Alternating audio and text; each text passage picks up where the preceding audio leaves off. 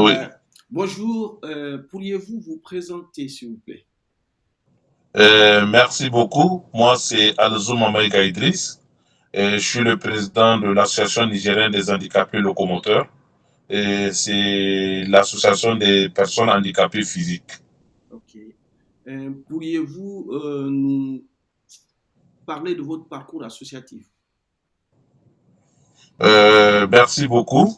Et pour commencer, je veux dire mon mandat au niveau de l'Association nigérienne des handicapés locomoteurs a commencé le 20 juin 2020.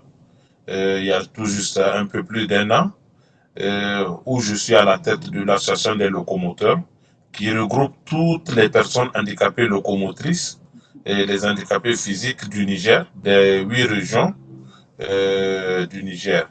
Et je suis venu à cette association parce que les personnes handicapées physiques du Niger ont fait appel à moi pour venir les aider à faire sortir la tête de l'eau parce que l'association, ça ne bouge pas, ça ne marche pas. Et vraiment, on est en totale léthargie au niveau de cette association. Et ils ont plaidé pour que je vienne prendre la tête parce que, selon eux, j'ai quand même un certain capital d'expérience Et que justement, je c'est pourrais justement, mettre à profit. justement c'est ce parcours-là, parce que vous avez déjà présidé l'association, vous êtes passé au Oui. niveau national, puis au niveau africain. Ben, c'est ce Oui. parcours-là aussi qu'on aimerait bien pouvoir connaître. Oui, donc j'ai été président de la Fédération nigérienne des personnes handicapées, qui est le regroupement de toutes les personnes handicapées, toutes catégories confondues, du Niger. De 2009 à 2017, j'ai fait 2 mandats de 4 ans et les textes prévoient qu'au bout de 2 mandats, il faut partir. Donc j'ai passé la main à un autre camarade qui fut mon SG pendant 8 ans également. Et entre mon parcours avant, lors de mon mandat, j'ai eu la chance, et il faut le rappeler, la fédération était quand même moribonde au moment où nous l'avons prise parce que ça n'existait que de nom. Et on a pu le mettre sur la sellette et faire d'elle aujourd'hui une fédération référence au niveau mondial sur les questions de handicap. Et, en 2012, j'ai été aussi coopté à la Fédération ouest-africaine des associations de personnes handicapées qui était morte il y a une dizaine d'années. Et donc, on s'était rencontré à Cotonou lors d'une formation sur la Convention relative aux droits des personnes handicapées. Et les leaders, on s'était dit que, bon, il y a une fêtière au niveau sous-régional, mais ça ne marche pas. Qu'est-ce qu'il faut faire? On a décidé de vraiment reprendre les choses en main et d'essayer de mettre cette fédération aussi sur la sellette et en faire une fédération de référence. Et Dieu merci, de 2012 à aujourd'hui, nous avons une fédération qui marche et mon mandat a fini en décembre 2020 passé. Mais du fait de la Covid, on n'a pas pu faire l'Assemblée générale. Mais cette année, plaise à Dieu, en décembre, les 15 le 15, 16 et 17 décembre, on va faire une assemblée générale où on va renouveler l'instance. Donc, j'ai fait de 2012 à aujourd'hui 2 mandats aussi là-bas. Et en 2019, j'ai été coopté à la fédération, la fêtière africaine, qui est le Forum africain des personnes handicapées, au destiné desquels je préside depuis octobre 2019 et qui est aussi une référence en matière des droits des personnes handicapées en Afrique. Voilà mon parcours national, sous-régional et régional. Et il faut dire que je suis le représentant de l'Afrique au niveau de l'Alliance internationale du handicap qui s'appelle AIDA, International Disability Alliance, où toutes les organisations régionales et sous-régionales siègent. Donc je suis le représentant de l'Afrique. Voilà mon parcours au niveau des fêtières. Et je voudrais quand même, pour la petite histoire, dire la raison qui m'a mené à la fédération. Je suis une personne handicapée locomotrice. J'ai été atteint de la poliomyélite à l'âge de 2 ans. Et aujourd'hui, j'ai 43 ans. Et j'ai été, j'ai suivi avec brio tout le cursus scolaire jusqu'à mon diplôme. Et j'ai fait l'ENA, l'École nationale d'administration de 92 à 95. Je n'ai pas eu d'intégration à la fonction publique parce qu'en Afrique, avoir un emploi est vraiment un parcours de combattant pour les personnes handicapées. Je suis retourné à l'ENA faire le cycle 2 de 2002 à 98 à 2002 où je suis sorti diplômé en fiscalité et domaine. Je suis inspecteur principal des impôts et central des impôts et j'ai eu le matricule, j'ai souffert et j'ai traîné ma bosse, j'ai vécu mon handicap, la dureté du handicap, je l'ai vécu en ce moment au chômage et on a pu activer une loi de 93 qui dit que l'administration doit réserver 5% de quota de recrutement aux personnes handicapées. Et Donc on s'est battu comment pour vous que... avez pu activer ça? Comment vous avez pu l'activer? C'était au moment où vous étiez On a à parcouru les l'association. lois. On a parcouru les lois. On a vu qu'une loi, l'ordonnance 93-12, a une disposition à ton article 33 dit que l'État et les entreprises privées doivent réserver 5% du quota de leur recrutement aux personnes handicapées. Puisque cette disposition existe, nous nous sommes mobilisés et demandé à l'État de le mettre en œuvre. Pour la première fois en 2006, on a pu avoir sur un recrutement de 3000 personnes, de 3000 diplômés que l'État du Niger avait effectué. On s'est battu, on a pu avoir 100 premières personnes handicapées. On avait 150, mais les gens n'étaient pas préparés, les gens ne s'attendaient pas. Il n'y avait eu que 100, une centaine qui avaient été recrutés. Voilà comment le quota a été activé. Mais je peux vous dire, Président, je peux vous dire que je fais partie de ces personnes-là. Ah, oui. Merci de le savoir. Effectivement, donc tu vois, c'est vraiment ce quota qui a boosté encore, qui a donné plus de force au mouvement. Et moi, je n'étais pas, c'est partant de là, moi, j'étais le président du comité de recherche d'emploi.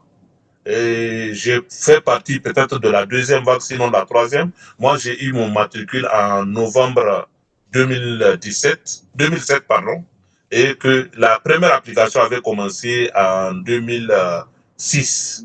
Mais moi, personnellement, j'ai été recruté en novembre 2007.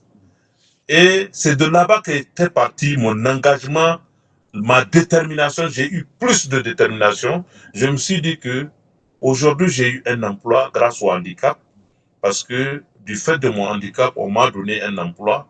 Il faut que je serve ce mouvement pendant une partie de ma vie. C'est comme ça que c'était parti. Parce qu'au Niger, les portes ne s'ouvrent pas aux personnes handicapées, parce qu'on nous prend soit pour des mendiants, soit pour des gens qui viennent commander ou emmerder les gens.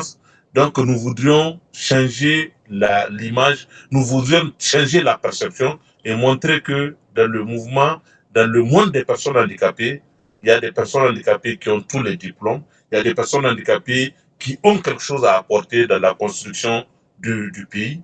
Et c'est de là-bas qu'était parti notre engagement dans cette lutte, où il fallait changer l'ordre des choses et que les personnes handicapées soient considérées pour la personne qu'elles sont et non pour le handicap. Qu'on n'ait pas des choses parce qu'il y a de la pitié. On voudrait qu'on nous donne les choses parce que nous méritons la confiance. Nous avons la capacité de faire les choses.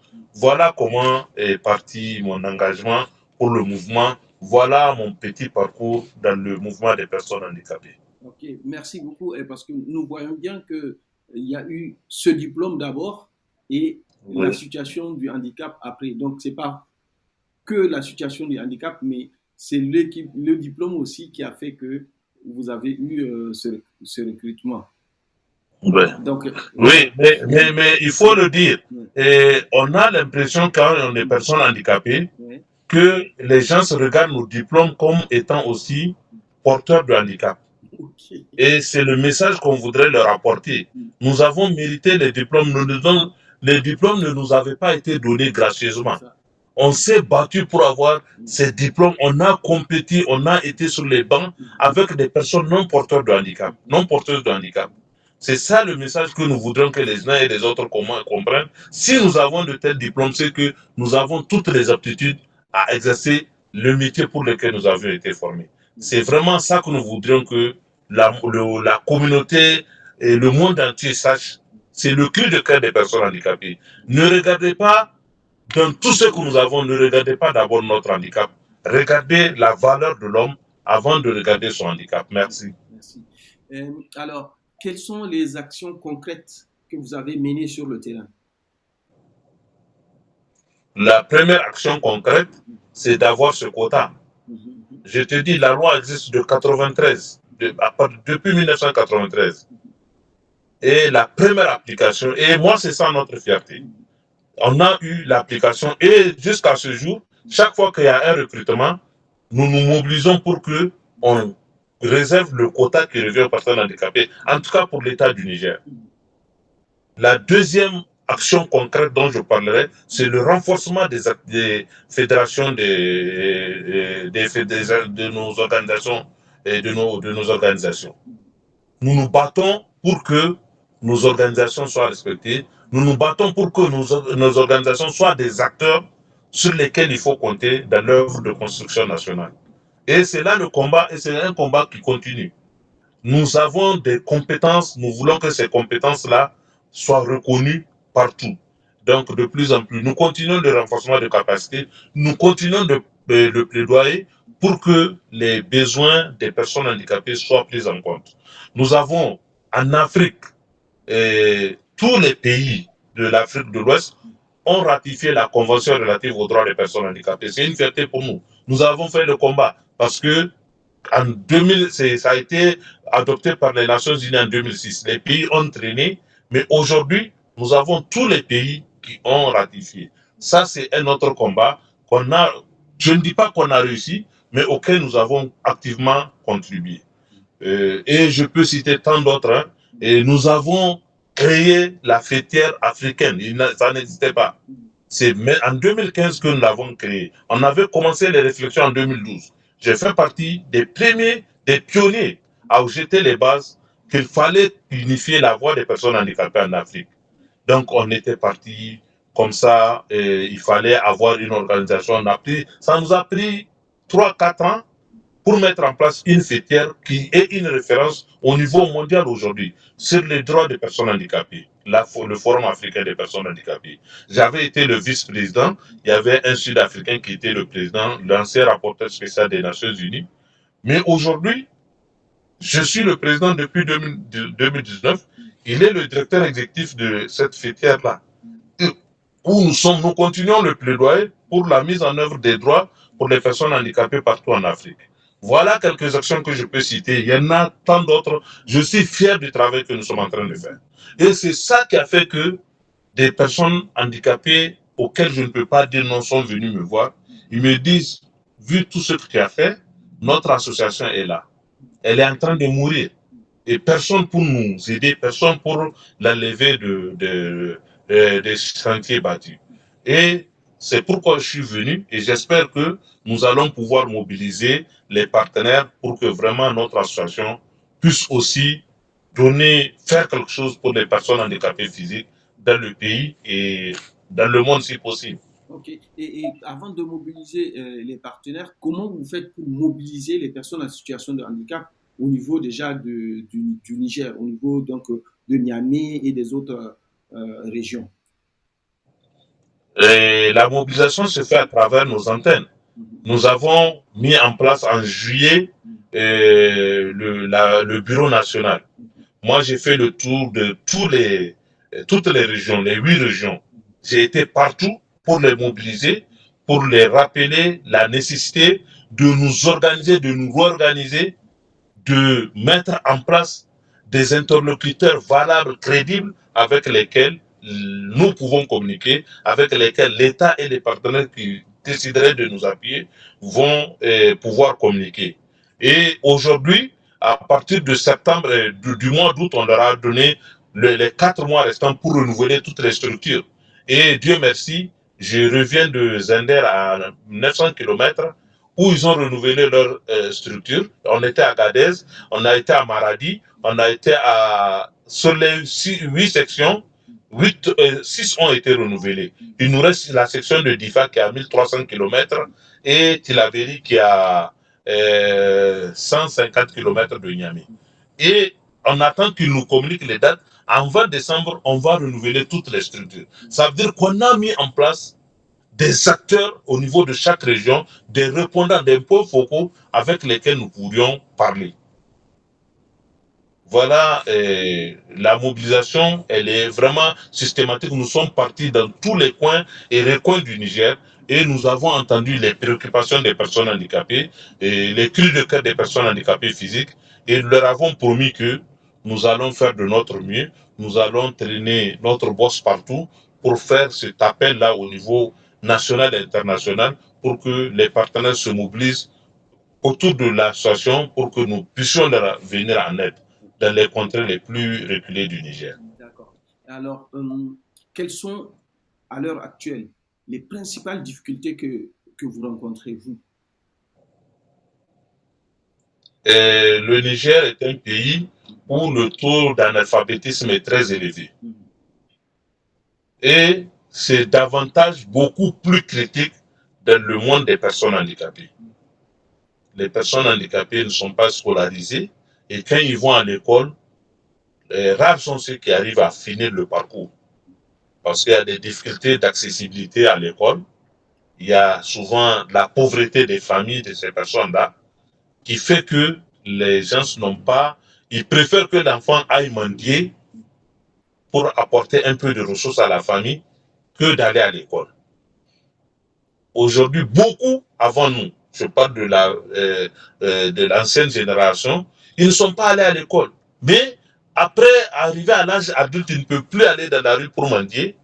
Nous sommes en train de faire un appel à la formation professionnelle pour qu'ils puissent apprendre un métier et qu'ils puissent s'installer. Mais apprendre un métier et avoir le minimum pour commencer ce métier, c'est un problème. Donc, ils ont été formés au travail des cuirs et peaux. Ils ont été formés à la couture, au salon de coiffure, à la coiffure, à la menuiserie bois, à la menuiserie métallique. Tous les métiers d'art sont à la portée des personnes handicapées. Mais maintenant, c'est les fonds pour commencer à exercer ou ouvrir un atelier qui est un défi pour nous. Donc, pour nous, c'est vraiment de voir avec quel partenaire mettre en place un système où on va construire quelques ateliers, où on va les installer, on va avoir un minimum pour démarrer et l'association va suivre pour que ils puissent mener une activité génératrice de revenus, une activité qui permette de contribuer au fonctionnement de l'association et de eux-mêmes subvenir à leurs besoins. C'est tous ces plans-là que nous avons en tête, nous avons des idées en tête, mais nous n'avons pas les moyens de les mettre en œuvre. Voilà. Donc, en fait, Président, on voudrait savoir quelle est la place de la femme en situation de handicap dans ce combat au quotidien que vous menez.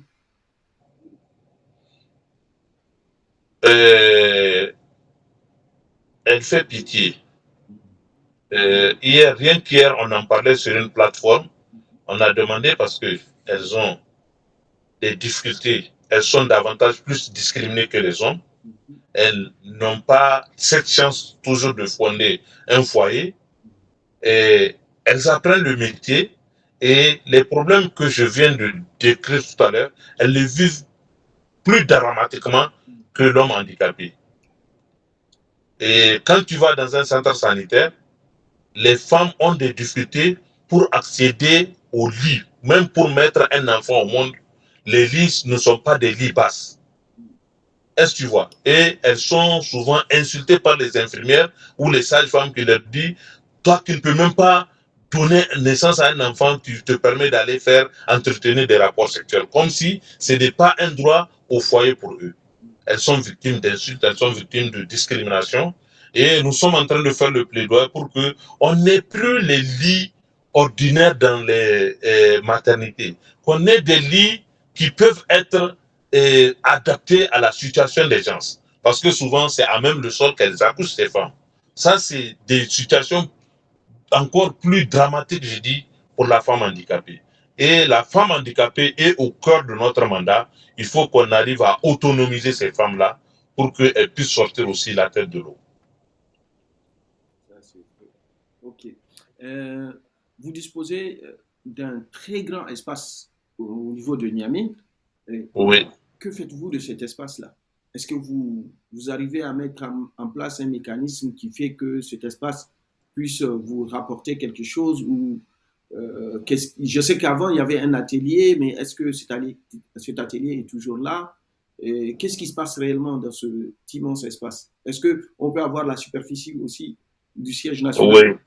On a un hectare et demi. C'est un centre qui est implanté sur un hectare et demi. Et dans l'hectare et demi, on a construit le siège de la fédération. Nous abritons la fédération nigérienne des personnes handicapées sur un petit espace. On a eu l'appui du CICR qui a construit des infrastructures du sport parce que les personnes handicapées, quand ils partent au stade, souvent on les chasse parce que il y a des compétitions africaines, il y a des compétitions internationales. On leur dit non, vous ne pouvez pas vous entraîner pendant une semaine. Et que c'est déjà des gens qui ont pris le sport à cœur. Ils aiment le sport, ils aiment faire du sport. On allait poser ce problème, on a eu un terrain de construit, mais il n'y a pas de matériel. Le terrain existe, l'infrastructure existe, mais il faut le doter en matériel de sport pour personnes handicapées. Et c'est un terrain de Il y a quoi? De quelques foot? ateliers. Mais on est allé voir la ville de Niamey, on lui a dit, on a un grand centre. Nous sommes allés au Burkina, on a vu le centre des personnes handicapées là-bas. Tout autour, ils ont construit des ateliers qui sont en location, qui rapportent quelque chose à l'association. On s'était dit, si on peut, même aucune institution financière ne voudra faire un prêt à une association qui n'a pas de revenus. On voudrait avoir un prêt et des fonds pour construire des ateliers tout autour, qu'on mettrait en location à un tarif comment dirais-je, exceptionnel, spécial pour les personnes handicapées et un tarif ordinaire pour les personnes non handicapées, pour que ça serve de recette à l'association. L'autre chose, c'est qu'on a des artistes handicapés. On s'était dit si on pouvait avoir un partenaire qui pourra nous construire un studio. Il y a un artiste que tu dois connaître, Moussa Tokou, qui a dit que lui, il est disponible pour apprendre la guitare à toute personne handicapée qui veut apprendre. On s'était dit, OK, on a le local, on peut aller chercher. Si on trouve un partenaire qui va nous construire un studio, vraiment, on sera, au moins nous apprendrons le métier de guitare, la musique, à faire la musique, parce que nous avons des artistes, mais qui n'ont aucun appui. Donc, beaucoup ont abandonné. On en avait dans les années 80, 90, on en avait beaucoup qui ambitionnaient de faire de la musique. Mais tous ont arrêté faute de moyens, faute de matériel. Donc, tout ça là, c'est des choses que nous envisageons de faire si on trouve les partenaires, vraiment à mettre le centre en valeur. Le centre existe, 1,5 hectare, on fait quelques jardinages là-dessus, on a quelques ateliers, mais ça a besoin d'être vraiment retravaillé, d'être réhabilité. Et cet atelier de fabrication de fauteuils, comment est-il? Il continue toujours à exister ou qu'est-ce qui se passe à ce niveau? Oui, c'est une personne handicapée qui a installé son kiosque et qui fabrique des tricycles. Bon, c'est une société, c'est sa société privée. Il est installé sur une petite portion du siège où il fabrique des tricycles et même il modifie les motos ordinaires là, on les transforme en motos à 3 roues pour les personnes handicapées. C'est un modèle qui avait été apprécié une fois qu'on avait fait un forum de toutes les fédérations d'Afrique. Quand ils ont vu les motos à 3 roues, qui sont les motos ordinaires qui sont modifiées pour être rendues à 3 roues pour que les personnes handicapées puissent les conduire, ils ont apprécié. Si on trouve des partenaires qui puissent nous accompagner, vraiment ça sera aussi de développer cette activité-là et même de l'exporter ailleurs qu'au Niger. Bien, bah, écoutez, on aimerait maintenant entendre votre coup de gueule, vraiment. Exprimez votre coup de gueule, c'est l'occasion là.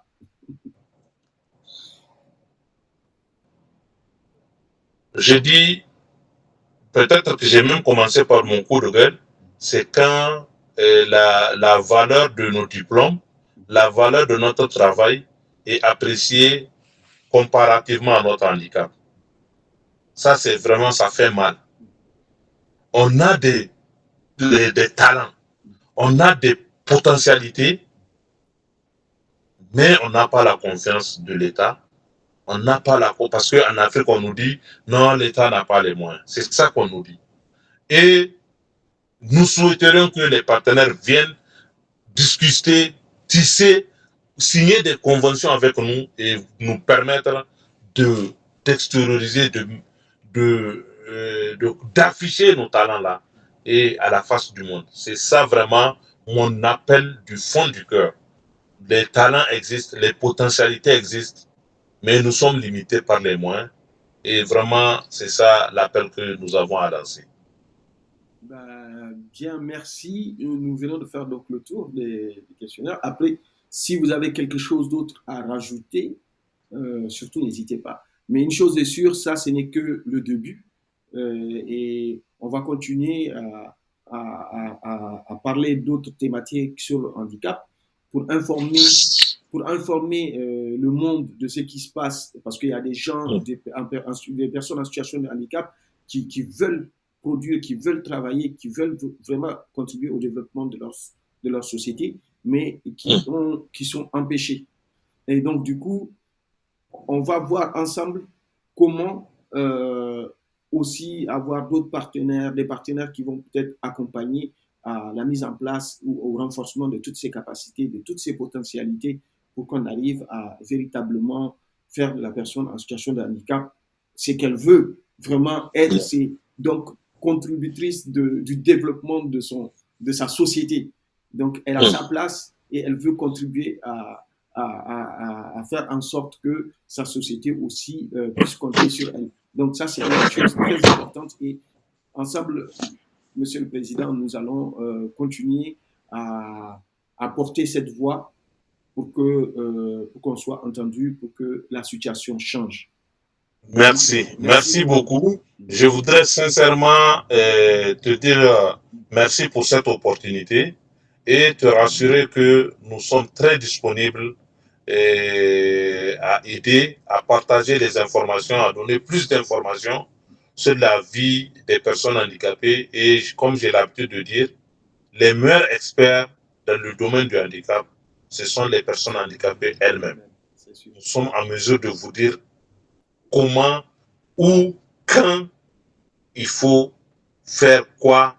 Nous sommes disponibles, nous sommes vraiment très très disponibles à accompagner tous ceux qui ont cette volonté d'aider les personnes handicapées. Merci. Donc nous allons afficher l'adresse mail et le numéro de téléphone du président de l'association des locomoteurs du Niger. Et comme ça, les gens qui veulent vraiment en savoir plus et qui veulent savoir par quels moyens ils peuvent aussi venir en appui à l'association peuvent vous contacter directement. Tout à fait. Sur ce, merci beaucoup et puis merci beaucoup. Merci. Merci beaucoup. À bientôt. Bye bye. Merci. Merci.